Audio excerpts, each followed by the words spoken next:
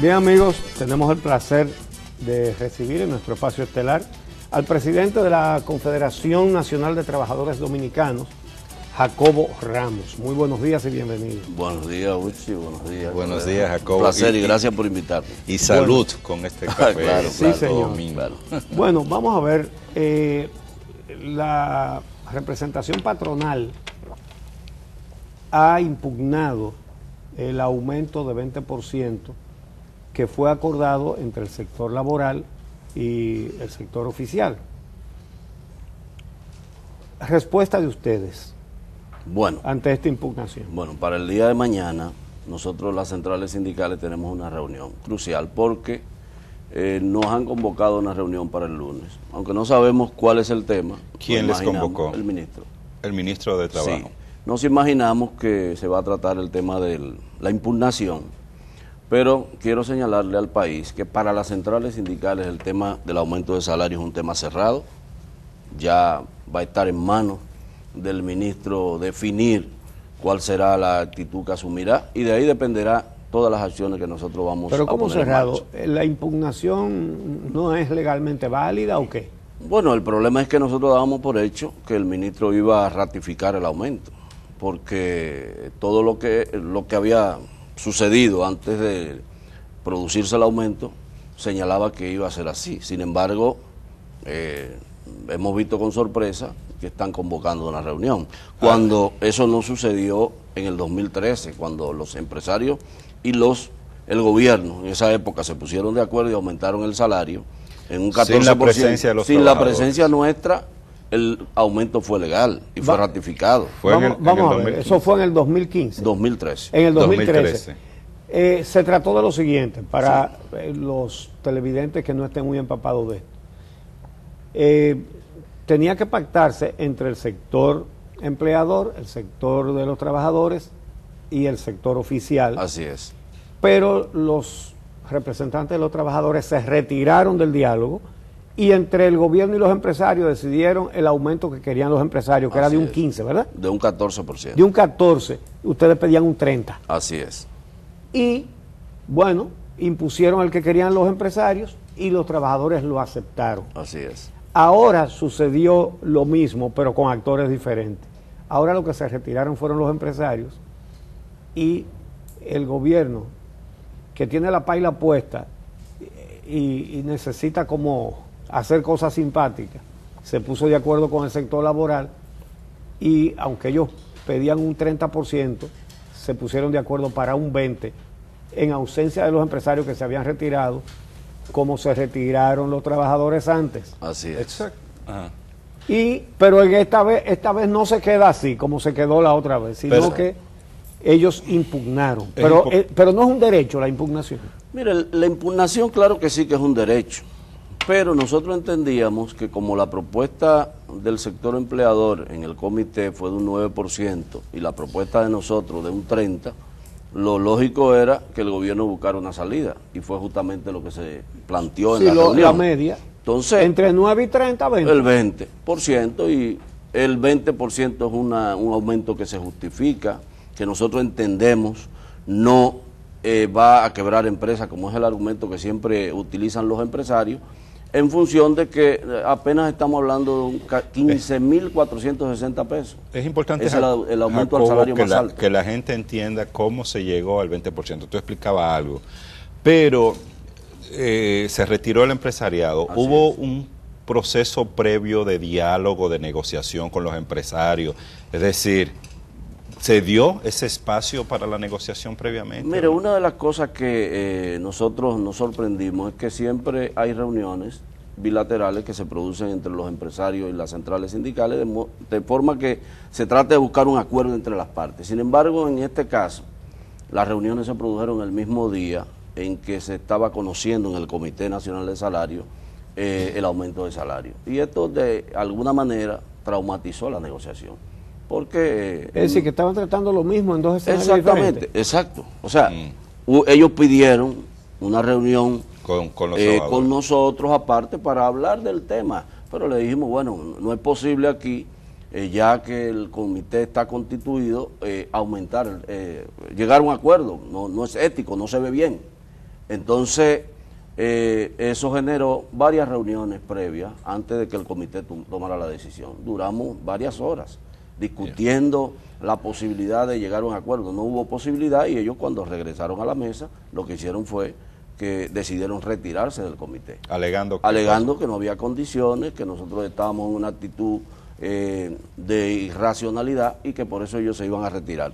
¿De quién fue la idea? Pero nosotros nos retiramos la otra vez y ellos lo aprobaron, vamos a hacer nosotros lo mismo. Bueno, la idea, simplemente nosotros le pedimos al comité que decidiera, tomando como referencia el precedente que ya se había establecido en el Comité Nacional de Salarios, y era de que se había producido un aumento entre dos sectores, como lo ha dicho el propio ministro de Trabajo de manera pública. En el Comité Nacional de Salarios no hay veto. Da la ley facultad cuando hay dos sectores. Claro que sí, porque no existe el veto allí. Allí, si dos sectores se ponen de acuerdo, pueden votar el aumento de salario. Pero lo grave es que los empresarios aquí quieren seguir hablando del aumento de salario en base a inflación. Nosotros hemos dicho, tenemos que hablar de salario en base a productividad, en base a ganancia, en base a el crecimiento económico que ha tenido el país. Eso le estamos diciendo a los empresarios y le hemos dicho, no vamos a continuar en el círculo vicioso que se produce en la República Dominicana de seguir discutiendo aumento de salario en base a una inflación que es supuesta, porque esos indicadores que señalan que el 4% de la inflación que se ha producido en los 2 últimos años, para nosotros son estadísticas maquilladas que no reflejan la realidad cuando tú vas al mercado. O sea, cuando los trabajadores tienen que ir, ven cuánto es el costo de la canasta básica, nos damos cuenta que esas estadísticas no son reales. Hay varias canastas básicas, pero la más básica, sí, claro, es de 29,000 y pico de pesos. Exactamente. Esa es de 29,000 y pico, siendo conservadores. Si hablamos de una canasta básica real, tendríamos que hablar de alrededor de 32, 33,000 pesos. Bueno, pero estamos hablando de la valoración que hace el Banco Central. Bueno, sí. No es el mismo Banco Central que dice que la menor canasta básica cuesta 29,000 y pico de pesos. Sí.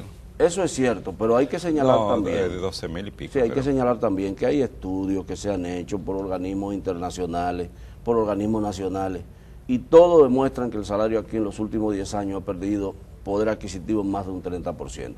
Y que para poder recuperar eso tiene que haber durante 5 años consecutivos un aumento de salario en la República Dominicana que ande por alrededor de 18 a 19, 20%. ¿Ustedes han comparado el salario nuestro con los salarios en los países de la región? Por ejemplo, el Centroamérica. Claro, nosotros formamos parte del acuerdo de ERECAFTA. ¿Cómo estamos? Bueno, nosotros estamos por debajo de Honduras en materia de aumento de salario. Eso significa... Honduras es uno de los países más pobres. Exactamente, sí. ¿No? Y en algún momento estuvimos equiparados con Haití, señores, que es mucho más grave comparando las dos economías. Entonces, ¿qué sucede?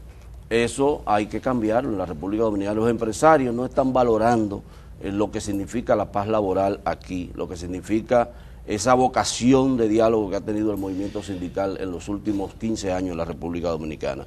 Ellos están subestimando la capacidad inclusive de poder movilizarse de los trabajadores y están abusando, y hay que decirlo muy claro, de esa capacidad de diálogo que nosotros hemos mantenido durante todos estos años, tratando de garantizar la paz laboral en el país.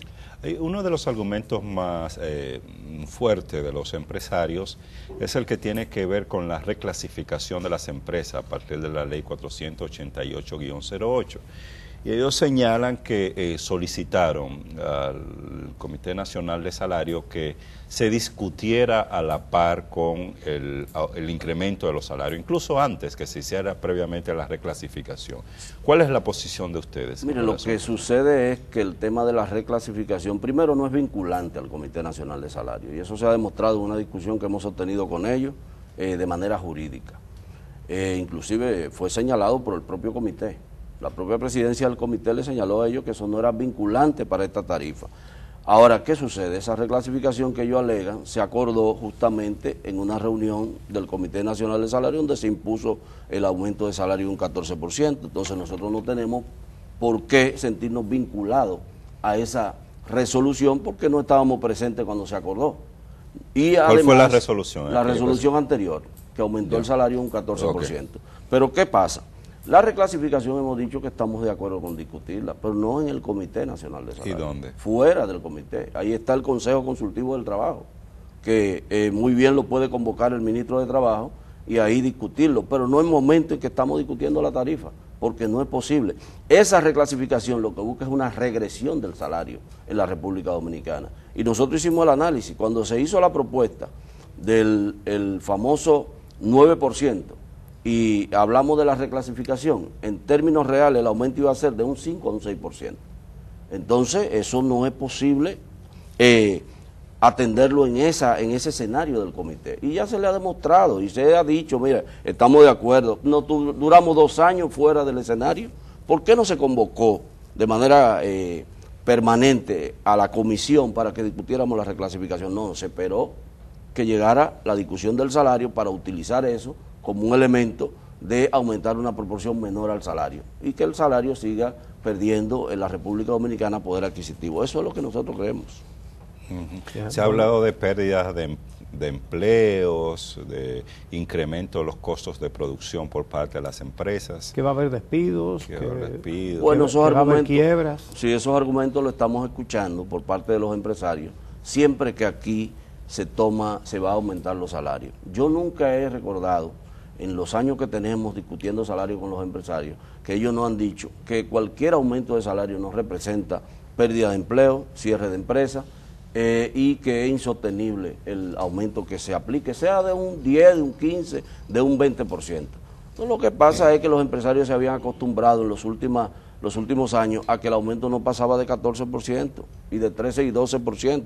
Entonces ahora la situación que existe en el país, que es una situación muy particular en términos económicos, en términos políticos, ha traído como consecuencia un aumento que representa un alivio, ni siquiera representa el resolver el problema del poder adquisitivo del salario, sino que ese aumento lo único que representa ahora es que los empresarios van a tener que despegar los demás salarios, y a eso es que ellos le tienen miedo. O sea, ellos saben que este aumento a 15.460 va a obligar a la gran empresa a promover aumento de salario a los demás salarios, y por eso es que ellos están asumiendo la actitud que están asumiendo en el día de hoy. ¿Estarían ustedes dispuestos a rediscutir el tema en la Comisión Nacional de Salario como piden los empresarios? Eso es una decisión que vamos a tomar en el día de mañana, luego de que se reúna la mesa sindical, que está compuesta por las 3 centrales. Decidiremos si vamos a la reunión del 18, como está convocando el ministerio, si le decimos que nosotros preferimos recorrer otro camino que no sea el de volver a rediscutir el salario, porque entendemos que primero la situación amerita un aumento de salario del monto que se está desarrollando, y si no, bueno, los empresarios van a escoger el camino de la confrontación, que evidentemente no es lo que sería lo ideal en este momento en la República Dominicana. Bueno, pues muchísimas gracias a Jacobo Ramos, presidente de la Confederación Nacional de Trabajadores Dominicanos, una de las 3 centrales que discute con las organizaciones del sector empleador los aumentos de salarios. Muchas gracias. Gracias a ustedes. Vamos a hacer una pausa. Cuando regresemos, tenemos otra entrevista muy interesante. El doctor George Torres, catedrático de la Universidad Médica de Tennessee, viene a hablar de violación a protocolos de atención en casos de emergencia, tomando como ejemplo el caso de Claudio Camaño. Interesante. No se vayan, regresamos en un momento con él.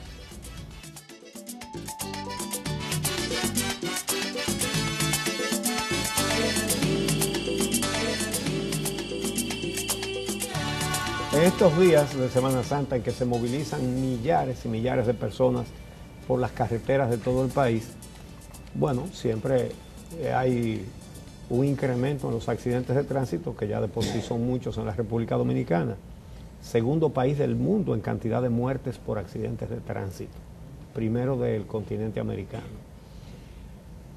Se incrementa entonces en estos días, y es muy importante tener claros los protocolos, los procedimientos para atender a pacientes accidentados. Y tenemos con nosotros hoy a Claudio Camaño Vélez, hijo de Claudio Camaño Grullón, héroe nacional, a quien perdimos hace más de un año, después de sufrir un accidente, 3 días después de que lo sufrió, o 2 días después. Y tenemos con nosotros también al doctor Jorge Torres, catedrático de la Universidad Médica de Tennessee. Él es, no sé si militar activo. Ex militar. Ex militar. Ex militar. Es decir, ¿fue médico en cuál de los cuerpos? En la Fuerza Aérea Norteamericana durante los periodos de la guerra de Irak y Afganistán. Ya. Entonces, ¿y estuvo por allá? Estuve por allá. Bueno, entonces, vamos a ver, creo que usted está enterado del caso de Claudio. ¿Cómo no? Que visitó varias clínicas y no recibió las atenciones. Su valoración sobre este tipo de casos.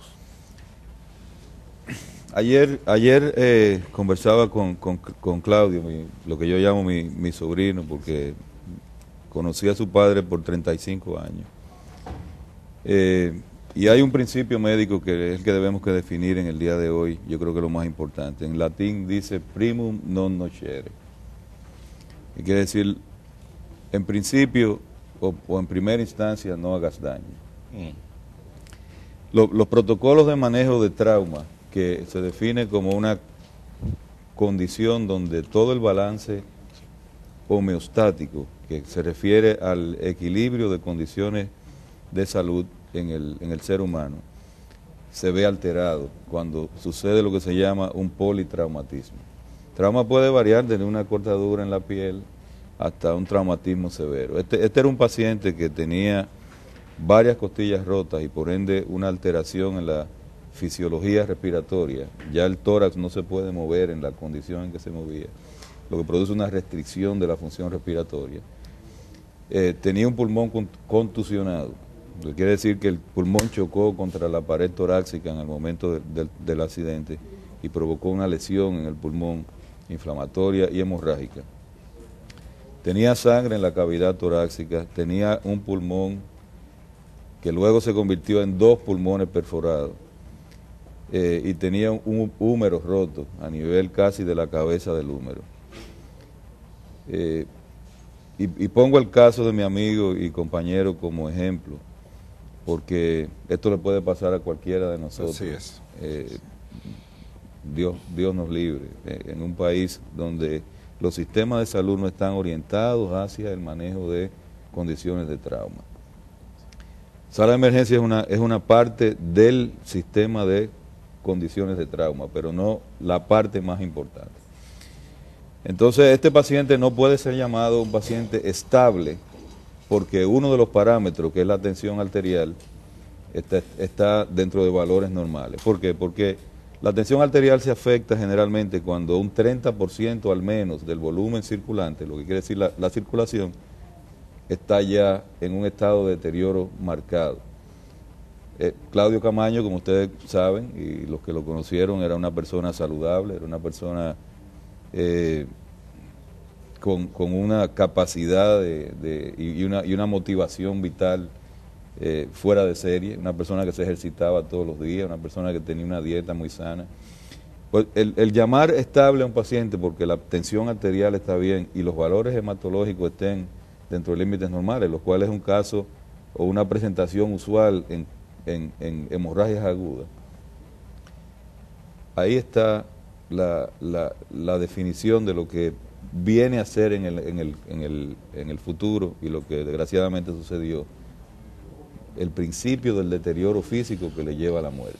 ¿Qué respuesta dieron los centros de salud a esa situación en la que padeció estos distintos traumas que usted señala, Claudio Camaño? Ese paciente llega a una sala de emergencia y es atendido con las condiciones muy básicas de admisión a ese centro. Él se le hace una radiografía que demuestra la presencia de un pulmón colapsado. Él se le toman unas medidas hematológicas. Los médicos que están allí en aquella área entienden que esos son condiciones de estabilidad, y deciden transferirlo a un centro que queda a más o menos 40 o 50 kilómetros de distancia por tránsito terrestre. Lo que lo que hemos venido discutiendo en este día es lo que quise decir al principio. Hay protocolos que ya están muy bien establecidos por décadas, no es una cosa nueva ni que yo vengo a traer aquí, que están consignados en un programa que se llama el soporte avanzado de trauma, en inglés, y protegidos bajo todo un contexto social y clínico, donde esos protocolos tienen que ser establecidos de manera sistemática para lograr la vida de un paciente. Para darle un ejemplo de lo que le digo, se considera que en la primera hora, no en las primeras horas, sino en la primera hora de atención de ese paciente, esto tiene que empezar a caminar para evitar más morbilidad, o sea, más enfermedad y más mortalidad en este caso de traumas. Si en esa hora no se implementan esos protocolos, la posibilidad de que un paciente fallezca es marcadamente mayor. Hay una cosa, y es que él estuvo en varios centros. ¿Cómo es posible que fallara todo el mundo?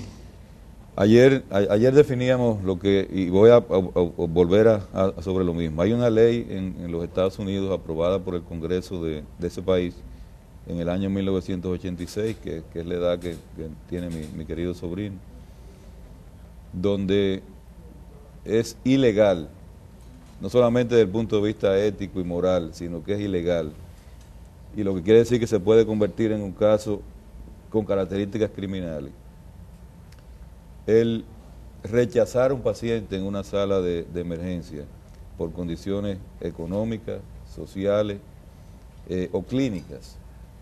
Y en esa disposición, la sala de emergencia tiene la obligación de estabilizar un paciente. Un paciente puede parecer estable, pero aún necesita estabilización. Estamos hablando de dos parámetros distintos. Lo que son signos vitales, lo que son medidas hematológicas, no representan prácticamente nada. Cuando un paciente está en cualquier momento en capacidad de sufrir un deterioro marcado de su condición de salud. El paciente hay que estabilizarlo antes de llevarlo a un centro de mayor alcance clínico.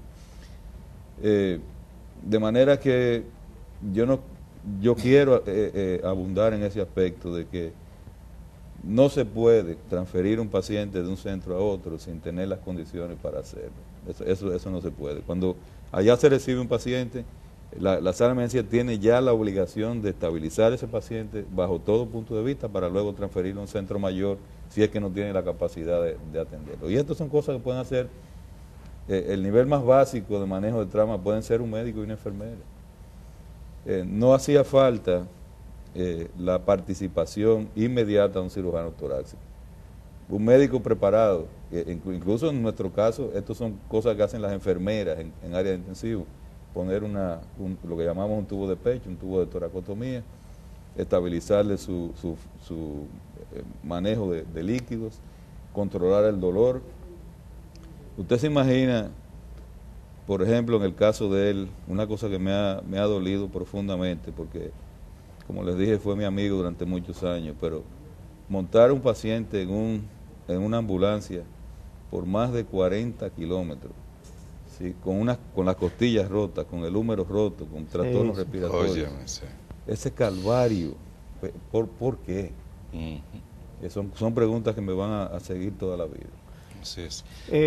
Otra cosa frecuente, y más en estos días, es que ocurren accidentes, no hay atención médica inmediata en la carretera, en el lugar donde se ocurran estos accidentes, y no sé si usted sabe que todos los dominicanos somos médicos. Entonces aparecen los que saben, entre comillas. No, cárgalo por aquí, agárralo por esta pierna. Vamos a llevarlo, súbelo en la sí, súbelo ahí en la cama de la camioneta y lo llevamos ahora mismo. Un querido colega nuestro que tuvo un accidente de tránsito hace años ha quedado con una lesión permanente, no del accidente, sino por la forma en que lo sacaron del vehículo para auxiliarlo. Exactamente. ¿Qué puede usted decirnos sobre eso? como orientación para nuestros televidentes? Bueno, precisamente todo esto tiene que ser parte de un sistema de educación, tiene que ser parte de un sistema de entrenamiento. Ahí empieza la morbilidad del paciente. Al ser sacado de un vehículo sin estabilización de su columna cervical, con el peligro de profundizar aún más las heridas óseas y traumáticas que el paciente tiene. Pero la respuesta no es sencilla. ¿Qué se puede hacer? Eso tiene que ser parte de una remodelación de la conducta y de la práctica de la medicina y de los sistemas de respuesta en este país. Quizá yo no esté en capacidad de responder eso. Yo creo que todo tiene que ser una reforma que tiene que venir de los sistemas de salud actuales, una revisión profunda de sus protocolos de tratamiento, y volvemos a lo mismo, dar primeros auxilios no es manejar el trauma correctamente. Una anécdota en ese sentido: el doctor Fran Valdés, destacado ortopeda dominicano, era softbolista y jugando, iba corriendo, había un hueco, metió el pie, se cayó y se rompió un hueso, se fracturó y vinieron a auxiliarlo inmediatamente y él no permitió que le pusieran la mano, pero había uno que insistía y decía: óyeme, yo sé de esto, Y dijo: no, el que sabe de esto soy yo soy ortopeda, mucho cuidado con ponerme la mano. Nosotros queremos saber más que lo que saben. Claro. Esa es la realidad. Claudio, frente a este caso, sabemos que ustedes como familia le han estado dando seguimiento, y este seguimiento sobre todo con el propósito de que este tipo de situaciones no se repitan, porque es generalizado. Lamentablemente el caso le afectó a ustedes, pero es una situación generalizada. Lo que pasó con mi padre es un asunto que muy lejos de ser la excepción, es una regla en nuestro país. Sí. Las atenciones deficitarias, es un sistema de salud completamente inhumano. Y nosotros, y a pesar de que la gente lo ve como lo normal, porque el hecho de que sea la regla no quiere decir que sea lo normal, nosotros hemos decidido pues emprender un proceso para demostrar que no es lo normal. Y nosotros pues hemos querido, y agradecemos al doctor Jorge Torres, mi tío Jorge Torres, hemos querido que él dé las explicaciones técnicas y científicas sobre esto para que la población entienda que nosotros no estamos haciendo esto en base a un dolor por la muerte. Claro, es doloroso la muerte de un padre, pero no es por un tema es por un tema de que estamos plenamente convencidos y tenemos la certeza de que lo que pasó en el caso de mi padre es algo que no debe seguir ocurriendo en nuestro país. También nosotros por eso no quisimos en un principio ni siquiera tratar asuntos, porque primero pasamos a la orientación legal, primero a la orientación médica, luego a la orientación legal, antes de salir a abundar sobre este tema. Y nosotros entendemos que la mejor forma de honrar lo que fue la vida y el ejemplo de Claudio Camaño, lo que fue él para este país y lo que este país significó para él, es que su muerte, una muerte trágica, sin sentido, absurda completamente, sirva para prevenir que se pierdan otras tantas vidas. Ahora mismo tienen que estar siendo rebotados pacientes en hospitales. Esta noche, hoy, van a morir personas por falta de servicio. Fíjese, mi padre seguro que está inscrito en las estadísticas de muerte por accidente de tránsito, pero mi padre hay que inscribirlo en las estadísticas de muerte por negligencia médica, que aquí no existen. No existen, ¿entiendes? Entonces, ¿qué pasa? Y lo mismo pasa con el tema, una mujer que su esposo le da 2 puñaladas y se muera desangrada después de 3 horas en la emergencia de una clínica. ¿Es una muerte por violencia doméstica o es una muerte por negligencia? Ella es víctima de agresión, pero la muerte hay que registrársela a la falla del sistema de salud. ¿Entiendes? Entonces, son de las cosas, y aquí por ejemplo el tema de los accidentes de tránsito, muy probable, un porcentaje altísimo de las muertes de tránsito haya que anotársela, no al accidente de tránsito. Porque mi padre, si bien murió a consecuencia de las heridas sufridas en un accidente de tránsito, murió por no recibir las atenciones médicas oportunas y de calidad. Y eso es algo indiscutible, y nosotros hemos decidido llevar incluso un proceso legal, porque nosotros queremos que nuestra verdad sea una verdad irrefutable, y para que sea una verdad irrefutable tiene que pasar por un proceso judicial y nosotros hemos planteado que todo el fruto de esa demanda, de una demanda civil, nosotros lo vamos a donar a entidades que trabajen con el tema salud, pues nosotros no queremos capitalizar, darle un valor monetario a la muerte de mi padre, mucho menos. Tampoco que haya, es una vergüenza, porque es justo que se demande una reparación por los daños y los perjuicios. Y vaya que daño y vaya que perjuicio. Nosotros la estamos haciendo, señor Uchi, pero entendemos que es lo más prudente para evitar que esos sectores malintencionados vayan a querer desmeritar esta acción. Aquí lo que tiene que establecerse un régimen de sanciones en la República Dominicana, un régimen de sanciones, y eso es lo que nosotros queremos que se establezca, que esto sirva como un precedente jurídico y social para que los centros médicos sepan que esos pacientes que llegan a ellos son seres humanos y que esos rebotes por tema económico, aquí llegan y lo primero que pasan, las personas sangrándose y muriéndose, y a ver si el seguro pasa o no pasa. Pero en el caso de mi padre, es algo todavía más inhumano, señor Uchi, los rebotan de clínica, porque si ese paciente se le muere a ellos, entonces estigmatiza el centro, por un asunto de estadística y de imagen corporativa. Rebotan un paciente, que se muera mejor en la ambulancia, pero que se muere en el parqueo, como pasó en el caso de Sedimat, que lo único que hicieron fue una médico pasante, subió a tomar la presión, el papá, eso fue lo único que hicieron en el centro médico, con mayores tecnologías. Y entendemos que, y nosotros no hacemos esto por odio ni por venganza a nadie, porque ellos lo hacen porque son los protocolos que le indican, y eso pasó ahí porque fue ahí, pero eso pasa aquí en todo, básicamente la generalidad de los centros. Bueno, pues ojalá que sirva para que se enderecen esos caminos torcidos. Muchas gracias. Muchas gracias al doctor Jorge Torres, muchas gracias a Claudio Camaño Vélez, gracias a ustedes por acompañarnos. Mañana los esperamos aquí a las 6 de la mañana como cada día. Muchas gracias.